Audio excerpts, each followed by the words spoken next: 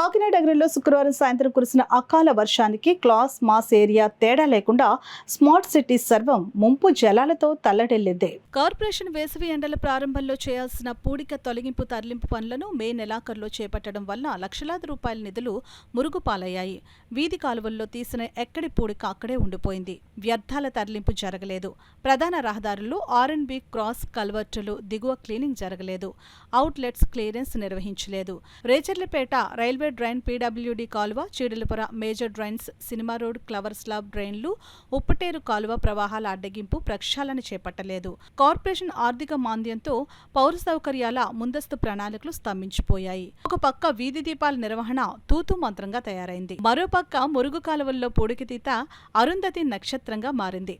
వేసవి ముందస్తు రిపేర్లు చేయక కుళాయిల్లో త్రాగునీరు సరఫరా నిలిచిపోయింది.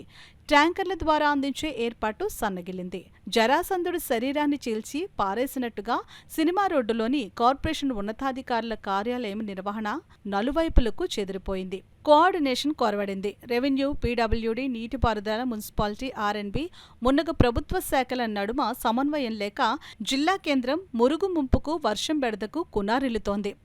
అడ్డు అదుపు లేకుండా సిమెంట్ రోడ్లు ఎత్తు చేయడం వల్ల గృహాల లోగిళ్లు లోతట్టుగా మారి కురుగుతో జల దిగ్బంధమయ్యాయి.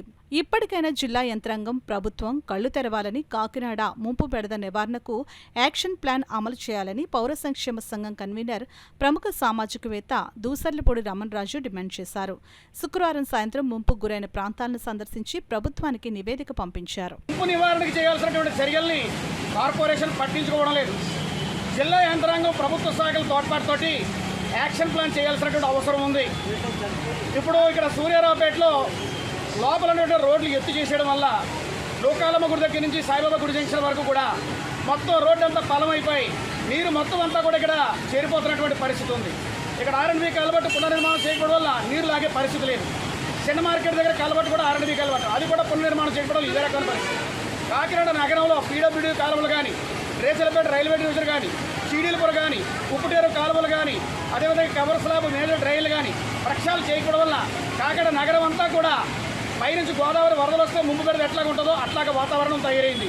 మరి స్మార్ట్ సిటీలో ఈ రకమైన పరిస్థితులు లేకుండా చేయాలంటే జిల్లా యంత్రాంగం, అదేవిధంగా ప్రభుత్వం కూడా ప్రత్యేక శ్రద్ధ వహించి స్మార్ట్ సిటీకి ముంపు నివారణ కోసం యాక్షన్ ప్లాన్ చేపట్టాలని కాకినాడ పౌర సంక్షేమ సంఘం డిమాండ్ చేస్తోంది.